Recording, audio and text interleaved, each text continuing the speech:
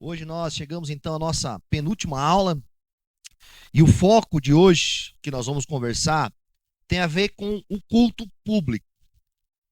Existe uma grande diferença, por vezes, em denominações, igrejas, a respeito do culto. O meio como o culto acontece, o meio pelo qual nós prescrevemos o culto. E eu quero ler um texto com vocês hoje em Êxodo 24, onde nós vamos ter um exemplo de um momento de culto nas Escrituras. A nossa confissãozinha pequena, vocês receberam lá em PDF, nós falamos no ponto 15º sobre o sábado cristão, sobre este momento de adoração, e a gente vai conversar um pouquinho sobre ele hoje, ok? Por quê? Porque, em primeira instância, devemos lembrar que o culto, ele é um chamado do próprio Deus. Deus é quem chama o seu povo ao culto. Deus estabelece o culto. Deus chama o seu povo para adorar. E o mesmo Deus que chama o seu povo para adorar, esse Deus ele prescreve, ou seja, ele dá diretrizes de quem ele é e do modelo pelo qual nós podemos adorá-lo. Nós somos chamados a adorar o Senhor conforme ele deseja, conforme ele deixa claro nas suas escrituras. Quando nós, de alguma forma, buscamos ou adoramos o Senhor de forma incorreta, nós podemos cometer um pecado, nós podemos cometer blasfêmia, nós podemos ir ao contrário da vontade de Deus, e a gente vê isso ao longo da Escritura, momentos em que pessoas tentaram até prestar culto ou levar adoração ao Senhor e morreram. Isso tanto no Antigo Testamento quanto no Novo Testamento, quando Ananias e Safira, ali em um ambiente de adoração, vão oferecer uma oferta ali mentirosa ao Senhor, e eles morrem ali diante de Pedro e diante das outras pessoas. Portanto, o culto é algo sério. O culto é algo solene. E eu quero ler um texto em Êxodo para nós e conversar sobre um pouco isso hoje. Amém? Êxodo 24, capítulo 24, verso 1. Esse texto, enquanto você abre, né, é uma demonstração de um propósito do Senhor para aquele povo. Lembra, o povo era escravo no Egito, ok? O povo estava escravo no Egito durante muitos e muitos anos. Deus levanta Moisés com o propósito de libertar aquele povo. Para quê? Para prestarem culto ao Senhor. Lembra, Moisés vai até o faraó, e qual é o desígnio que ele pede para libertar o povo? Olha, liberte o povo, porque Deus quer que o povo vá até o Sinai e o povo preste culto ao Senhor. E Faraó não deixava. E Deus então fez diversas manifestações miraculosas, até o momento que Faraó liberta o povo, e o povo então peregrina até onde o Senhor designou, e o Senhor então vai falar com o povo, para que o povo possa conhecê-lo, responder a ele e adorar ao Senhor. E então o Senhor os envia na continuação da peregrinação até a terra prometida. Eu quero que você preste atenção, biblicamente, nestes elementos que estruturam a forma com que nós adoramos o Senhor. Por quê? Porque em uma igreja reformada, a qual vocês desejam se tornar membros e fazer parte, nós temos uma liturgia de culto, um pensamento acerca do culto. E quando nós falamos sobre liturgia, por vezes na nossa mente nós vamos muito no intuito de liturgia, uma coisa endurecida, enrijecida ou algo do tipo. Mas entendam isso, todas as igrejas são litúrgicas, tendo ela aspectos visíveis, tendo ela um compromisso com algumas regras e alguma mediação, ou não tendo. Naturalmente, elas vão criar uma liturgia, um começo, um meio, um fim, ou por que eles fazem as coisas. A pergunta que nós devemos nos fazer é: a nossa liturgia está centrada no modelo de adoração a qual o próprio Deus prescreveu para que nós o adorássemos? Essa deve ser a nossa pergunta. Talvez a gente vai, se Deus permitir, responder isso hoje. Êxodo 24, verso 1, diz assim: Depois Deus disse a Moisés: Suba um monte para encontrar-se com o Senhor. Você e Arão, Nadab, Abiú e 70 autoridades de Israel adorem à distância. Somente Moisés se aproximará do Senhor, os outros não. O povo também não subirá com ele. Quando Moisés se dirigiu ao povo e transmitiu-lhes todas as palavras e ordenanças do Senhor, eles responderam em: faremos tudo o que o Senhor ordenou. Moisés, então, escreveu tudo o que o Senhor dissera. Na manhã seguinte, Moisés levantou-se, construiu um altar ao pé do monte e ergueu 12 colunas de pedra, representando as 12 tribos de Israel. Em seguida, enviou jovens israelitas que ofereceram holocaustos e novilhos, como sacrifício de comunhão ao Senhor. Moisés colocou metade do sangue em tigelas e a outra metade derramou sobre o altar. Em seguida, leu o livro da aliança para o povo e eles disseram: faremos fielmente tudo o que o Senhor ordenou. Depois Moisés aspergiu o sangue sobre o povo, dizendo: este é o sangue da aliança que o Senhor fez com vocês. De acordo com todas estas palavras, Moisés, Arão, Nadab, Abiú e 70 autoridades de Israel subiram e viram o Deus de Israel, cujos pés havia algo semelhante a um pavimento de safira, como o céu em seu esplendor. Depois, porém, Deus, porém, não estendeu a mão para punir esses líderes do povo de Israel. Eles viram a Deus e depois comeram e beberam. Vamos orar? Feche teus olhos no seu lugar. Senhor Deus e Pai, ajuda-nos a compreender a forma e o meio pelo qual o Senhor deseja ser adorado. Ajuda-nos, Senhor, a encontrar na palavra a orientação e os desígnios para prestarmos um culto que reverencie o Senhor, que reconheça quem o Senhor é e que estabeleça uma relação pactual entre o seu povo e o nosso grande e precioso Deus. Esse é o nosso pedido e nós nos colocamos hoje desejando isso, que o Senhor nos ajude. No nome santo de Jesus, amém e amém. Culto público, adoração, um elemento que o Senhor nos chama a fazer. Preste atenção em algumas coisas desse texto de Êxodo que a gente tem aqui. Então Deus liberta o povo. Deus vai até um lugar e Deus chama aquele povo para uma adoração, para conhecerem o Senhor, para ouvirem o Senhor.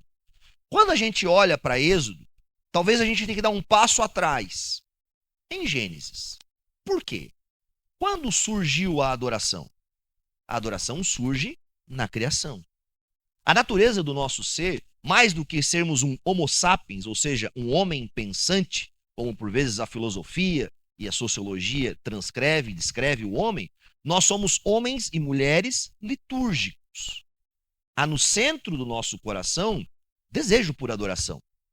Fomos criados com um anseio pelo eterno. Eclesiastes diz isso para nós. Deus colocou no coração do homem anseio pela eternidade. Mais do que ser um homem pensante, e não menos, somos seres que adoram. Por que somos homo sapiens? Por que pensamos? Porque Deus nos distinguiu do restante da natureza com um propósito, para que por meio desse intelecto, dessa razão e dessa forma com que somos, possamos nos relacionar pactualmente com um Deus eterno. Possamos responder a Ele. Possamos de alguma forma relacionar-se com alguém que é criador, que é maior do que nós, que é grande, que é poderoso. Na criação, lá em Gênesis, antes de olharmos para Êxodo, nós vemos 3 elementos de culto. Deus traz à existência aqueles que não existiam, Deus cria, Deus os chama à existência. Aqueles seres humanos, então, respondem a quem Deus é e deveriam lhe obedecer. E esta obediência resultaria em uma vida de paz, justiça e alegria ao lado do Senhor. No ambiente, por exemplo, onde tinha uma árvore da vida. E eles poderiam comer e comungar com o Senhor para sempre. O que acontece no Éden? Eles pecam. eles caem.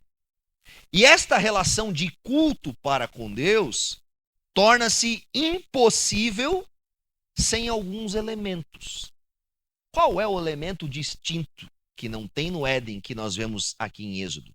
Sacrifício, sangue. O homem agora não pode mais chegar até Deus livre e espontaneamente, como anteriormente fazia. Deus continua a chamar o seu povo, mas o seu povo agora não consegue responder prontamente. Por quê? Porque está morto, porque está separado, porque está distinto. Mas Deus continua a chamar. Deus continua. Assim como Deus libertou aquele povo da escravidão no Egito, para que eles prestassem culto, conhecessem o Deus e ceiassem com ele. Lembra o finalzinho do texto? Comeram e beberam com o Senhor. Deus continua a fazer isso. Porém, todavia, o que nós percebemos aqui que Moisés faz? Moisés faz um sacrifício.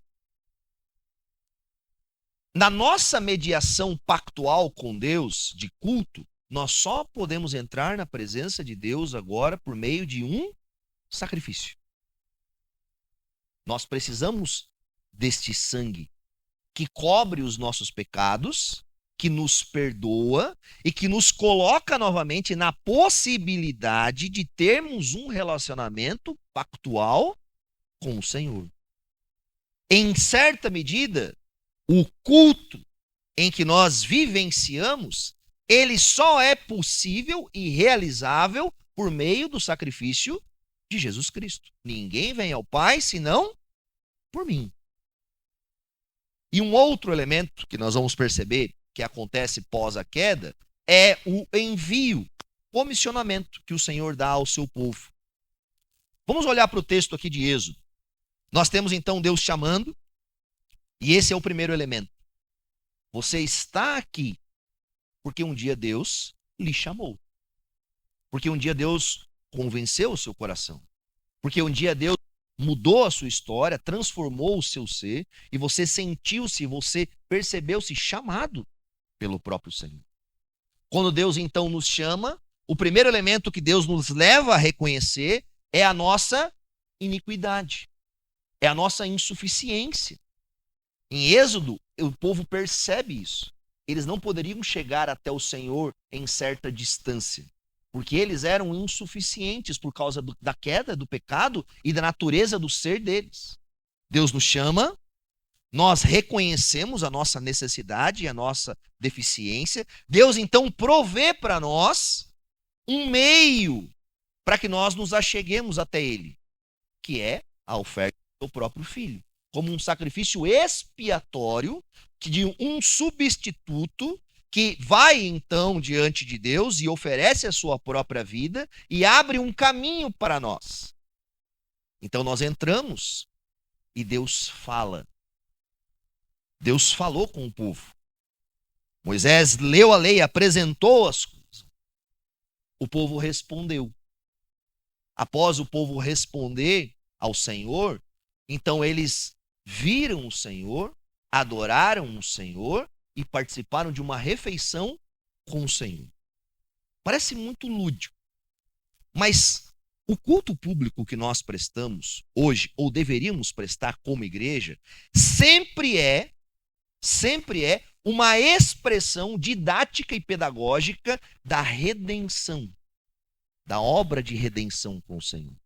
Nós viemos semana após semana no culto para expressar e para manifestar, por meio de elementos instruídos pelas Escrituras, isso que aconteceu conosco. Semana após semana nós relembramos os feitos do Senhor e adoramos o Senhor por isso. Porque fomos chamados, porque reconhecemos a nossa dificuldade, porque celebramos que fomos ingressados nesse culto por causa do sangue de Jesus Cristo. Então nós ouvimos a palavra do Senhor na reunião pública, nós respondemos a palavra com um amém, com uma concordância, com uma confirmação de que o Senhor está falando sobre isso. E após isso, então, por exemplo, no fim do culto, como a gente tem às vezes a bênção apostólica ou uma oração de final, Deus comissiona e envia o seu povo para que ele possa continuamente estar chamando pessoas para a sua adoração. Presta atenção na nossa liturgia de culto. Nós iniciamos o culto geralmente com uma leitura de um salmo, com um chamado às pessoas para adoração. Em alguns momentos eu faço uma leitura pública para confissão de pecados, para que nós lembremos a nossa necessidade, distância que estamos do Senhor. Constantemente falamos da obra e da morte de Cristo sobre o nosso culto, porque ele é o centro do Evangelho que nos proporciona isso. Lemos a palavra juntos, ok? Meditamos sobre ela. Então, após o culto em oração, nós entendemos que estamos sendo enviados ao Senhor. E juntos nós ceiamos, participamos da mesa do Senhor. Existem igrejas, por exemplo, que praticam a ceia todo culto. E eu acho até legal esse entendimento. Porque se percebemos que o culto encerra-se em um banquete, comeram e beberam com o Senhor, a ceia faz parte de uma liturgia cultica para que nós possamos fazê-la. Eu entendo que talvez fazer toda semana pode cair isso numa... as pessoas caem numa comunidade ou tratam um assunto de forma displicente, mas o culto do Senhor tem um começo, um meio e um fim e um propósito pelo qual ele é realizável. E quando nós não entendemos o meio ou os elementos do culto, nós por vezes acabamos adicionando outras coisas que podem subverter o culto, podem trazer uma ideia equivocada sobre o culto, e na grande medida o culto se torna, por vezes, um meio de entretenimento. É muito comum, porque nós vivemos em uma cultura de entretenimento, você produzir estes elementos para, de alguma forma, sustentarem e manterem o povo em um culto público, porque isso se parece muito similar com aquilo que a gente vive num shopping, num supermercado, em algum outro lugar. As pessoas consomem essas coisas e elas vão se sentir, então, agradáveis consumindo isso. Mas o culto é um lugar distinto. O culto é um ambiente onde nós, de certa medida, expressamos o que acontece no céu, na terra. O lugar de culto é o lugar onde, de forma, vou falar aqui de forma lúdica, mais próxima nós nos achegamos do meio em que viveremos, talvez, com o Senhor na eternidade. Então, o culto, naturalmente, ele é distinto de alguns elementos humanos. E precisa ser. Precisa ser. Porque ele precisa distinguir. Aliás, o culto público, ele tem um elemento formativo, contracultural. Contracultural. Nós nos reunimos em um lugar para prestar culto e adorar um Deus grandioso e prestar adoração a esse Deus que tem um reino. E se nós fizermos do culto público um elemento apenas igualitário com a sociedade, com a contemporaneidade que nós temos, e não temos esse elemento distintivo que é transcendente, o que nos diferencia? O que diferenciaria a igreja de outras coisas? A transcendência é parte da nossa adoração. Um elemento de santidade, de sermos separados, distintos, é parte.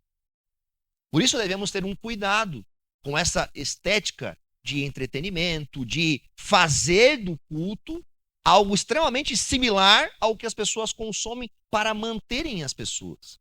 O que mantém as pessoas genuinamente em uma vida de adoração em espírito e em verdade é elas conhecerem e entenderem o ser eterno a qual elas adoram, que é diferente delas, que exige adoração, que está sentado no alto e sublime trono. Quero ler um texto para vocês que é uma introdução da Confissão de Fé de Londres, que é a nossa confissão da igreja, sobre o termo princípio regulador do culto.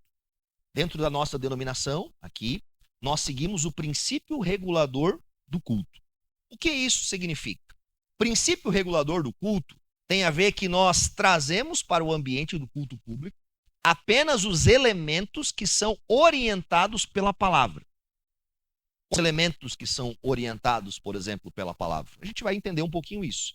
Existem outras denominações e outras igrejas que seguem o princípio normativo do culto. O que significa princípio normativo do culto? Aquilo que Deus não proíbe, nós podemos fazer. E aqui eu acredito que existe um problema, porque, biblicamente, Deus não proíbe, sei lá, que a gente traga cachorros ao culto. Deus não proíbe que a gente faça, sei lá, uma festa especificamente. Não, às vezes não tem esses elementos descritos na Escritura. E se nós seguirmos um princípio de culto apenas de podemos trazer tudo para o culto, porque principalmente Deus não proíbe especificamente na sua Escritura, o culto pode se transformar no quê? Uma bagunça.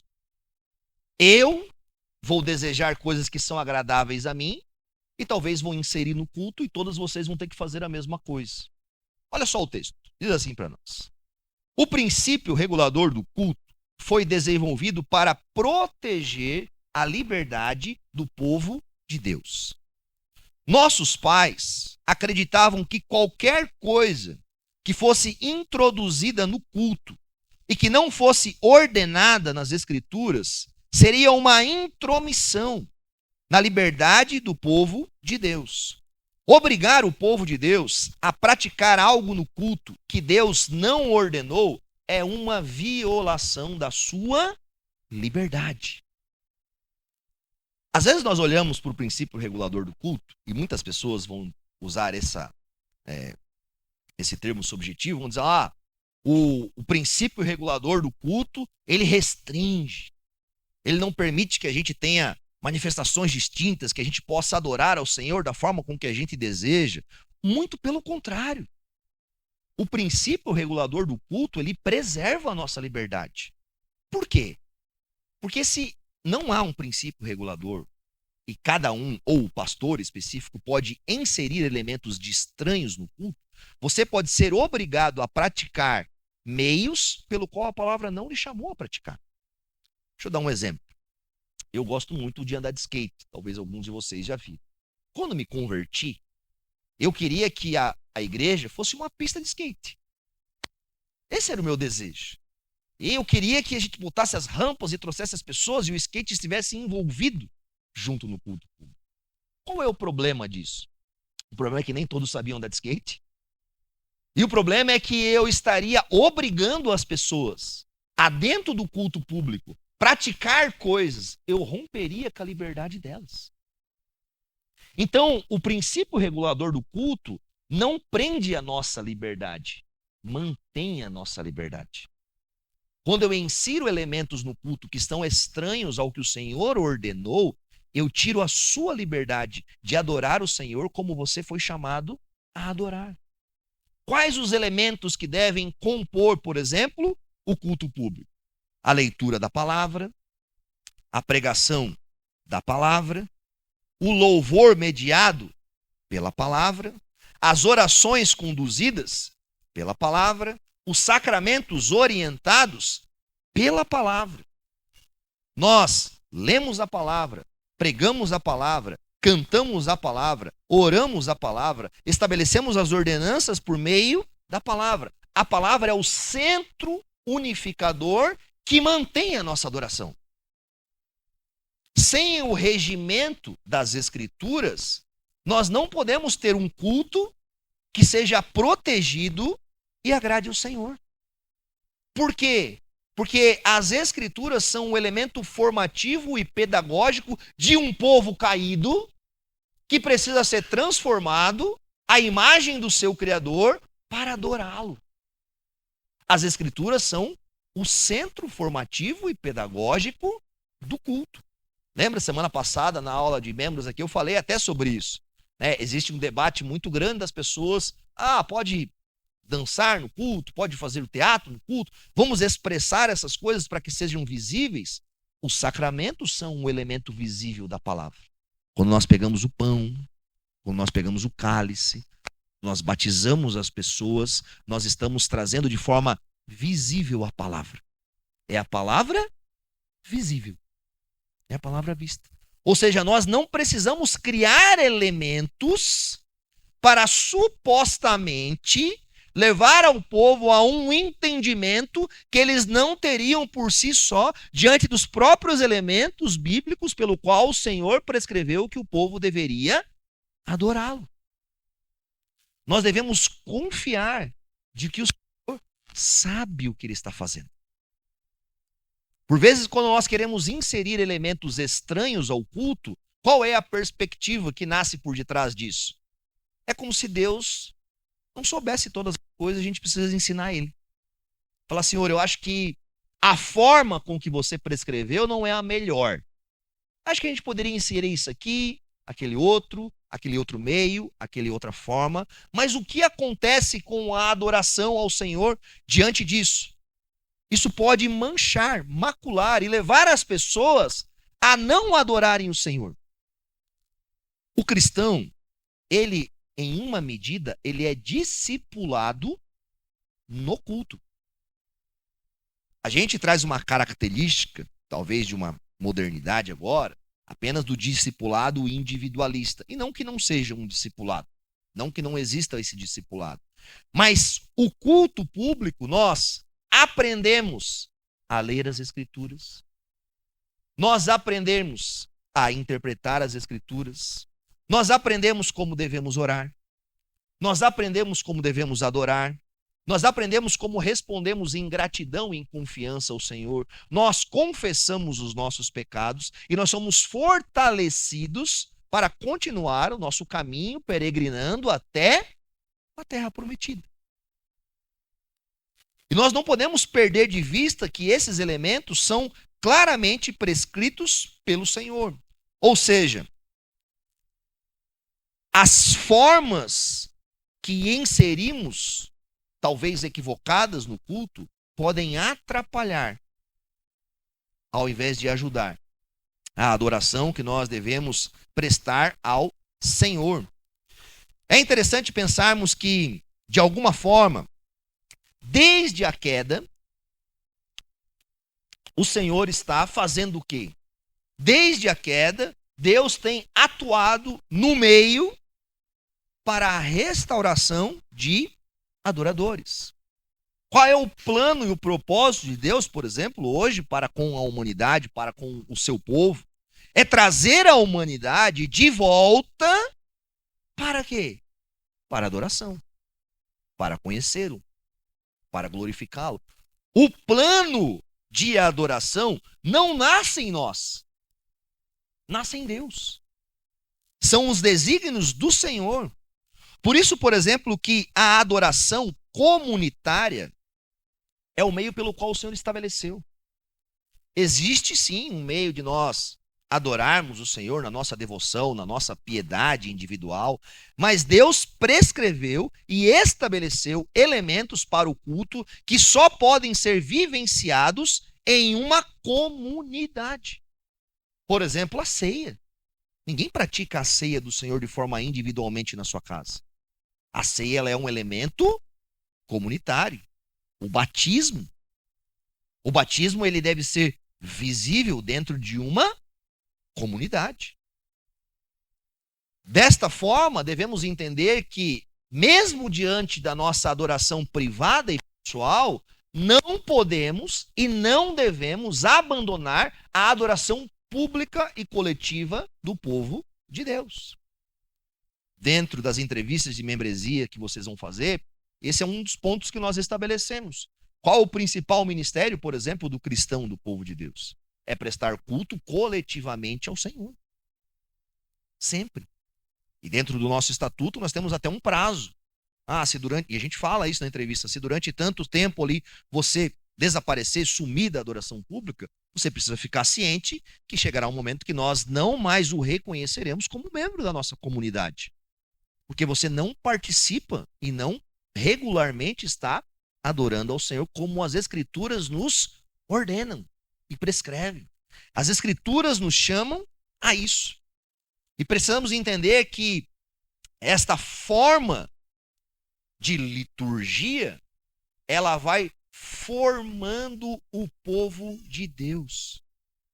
vai estabelecendo no nossa mente, no nosso coração, de forma intencional, formativa e pedagógica, elementos que vão contrapor contra os elementos que estão na nossa sociedade.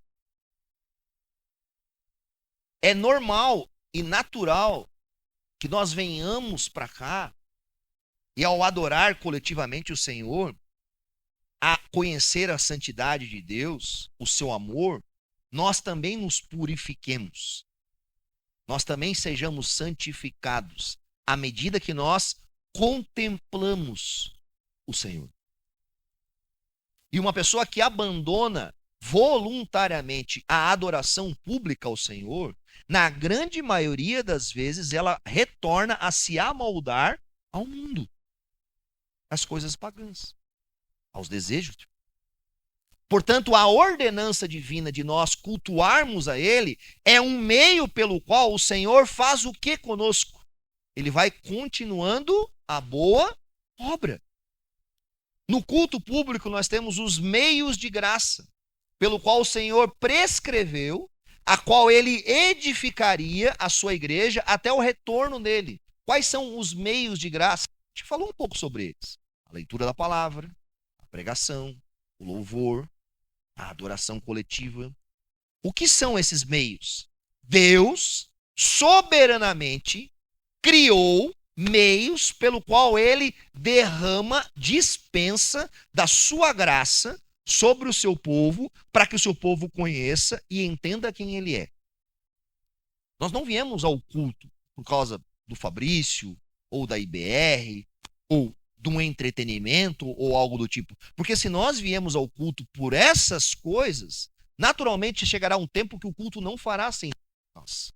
Se o culto ele é um meio na minha agenda, que é a mesma coisa de eu ir num cinema, num shopping, num supermercado, qualquer outro lugar, eu equiparo ele como este meio de consumo da minha existência, eu não estou vindo para o culto de forma correta. No culto público, Deus vai transpor e colocar sobre o seu povo meios pelo qual, por vezes, ele não vai colocar em outros lugares.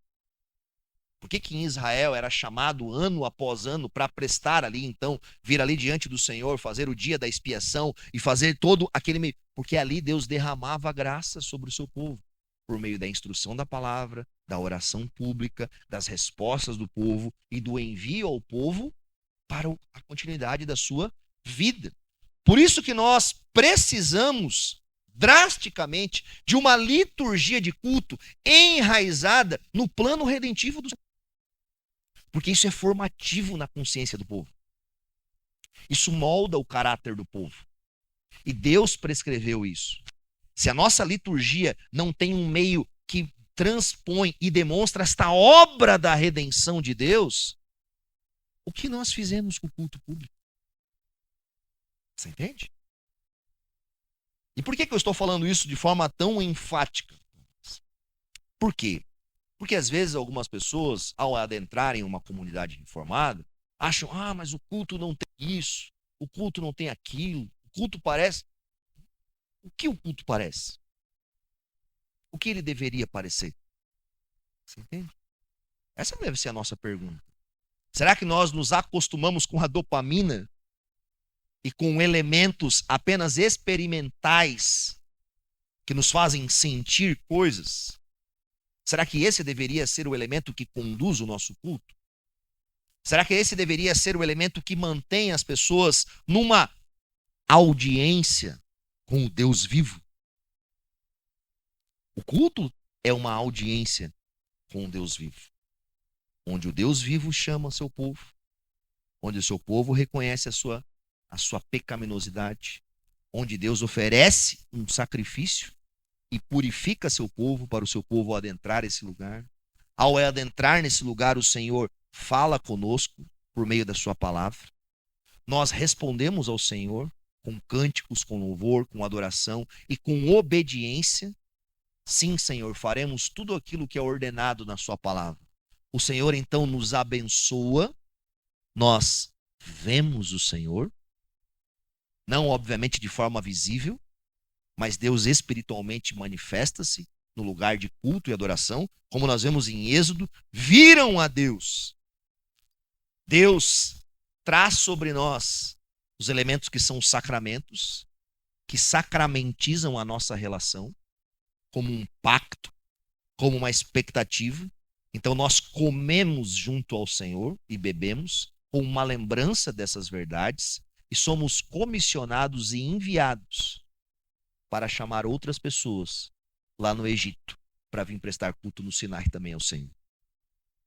É um elemento didático, formativo, que fazemos isso semana após semana, relembrando os feitos do Senhor, renovando mentalmente a nossa aliança com o Senhor.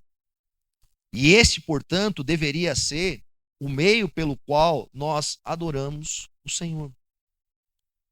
Esse deveria ser o meio pelo qual nós viemos no culto ao Senhor. E quis deixar claro para vocês hoje, nessa lição, nesse pequeno tempo, para que vocês compreendam que o nosso culto tem uma liturgia. Sabe, às vezes nós não somos tão engessados, né, fazendo respostas entre um povo e outro, mas eu não vejo um problema nisso. Né? A liturgia ela é boa, ela é formativa, mas nós entendemos o culto dessa forma. E é importante para vocês, como novos membros, que compreendam isso. Sabe, nós não vamos inserir outras coisas no culto, nós não vamos obrigar vocês a praticarem algumas coisas específicas. Os próprios avisos que inserimos no culto são breves e rápidos, para que a igreja saiba ali a agenda da semana. Entendemos que sim, a questão da contribuição existia dentro do culto do Senhor, tanto no Antigo Testamento quanto no Novo. Então nós chamamos o povo a prestar culto também, entregando a sua contribuição ao povo de Deus. E esse é um elemento. Um outro elemento na nossa confissãozinha, isso eu vou passar de forma bem breve, que fala sobre o governo civil. Como batistas, entendemos muito claro uma distinção que há entre a igreja e há entre o governo. Ok? Nós não temos, isso está claro no nosso estatuto, nós não utilizamos a igreja, por exemplo, para trazer um candidato, para fazer alguma forma de instrução do povo, de forma mediada pela igreja, quase como uma união entre igreja e Estado. Nós não fazemos isso, porque cremos na separação dessas autoridades. Deus delegou uma autoridade à igreja e Deus delegou uma autoridade aos poderes civis. Ambas as autoridades são delegadas pelo próprio Deus e compreendemos que pessoas chamado e vocação, por exemplo, para trabalhar em magistrado civil, seja político, seja outra coisa, é uma bênção e Deus levanta essas pessoas a isso. E como pastor, eu apoiaria a pessoa, falar, cara, se envolve mesmo, faz isso. Mas como igreja, nós não colocamos esses dois elementos no mesmo pacote como se fosse uma coisa só. Ok? Porque, em especial, se você estudar a história dos batistas, a princípio foram os batistas que romperam primordialmente com este modelo eclesiástico de que o governo eclesiástico estava praticamente envolvido com o governo das autoridades civis diante disso. A gente teve um episódio no ano passado que teve eleição de um político fazendo campanha aqui na frente. Né? E eu já fiquei preocupado. Falei, vamos dizer que foi o pastor que chamou o cara ali para entregar o santinho, tais e coisas. Os políticos e qualquer outra autoridade civil, eles são bem-vindas a estarem no culto, a cultuarem, a estarem aqui, mas eles não são distintos do povo de Deus. E não haverá nenhum elemento dentro do nosso culto para que, de alguma forma, a gente promova essas pessoas. E, aliás, isso vale para os membros. Você, como um membro, você é livre para expressar, votar e, enfim, escolher o seu lado político de quem você deseja. Mas dentro da nossa igreja, nós não damos a liberdade das pessoas fazerem campanhas políticas, inclusive nos grupos da igreja. A gente está agora em momento político, mas em breve teremos. Então, vai ficar estando lá do candidato. Não, ali o grupo da igreja está restrito às questões da igreja, um pedido de oração, algo disso, não a levar os nossos irmãos por meio da nossa fé a uma mistura entre essas duas coisas. Beleza, povo de Deus?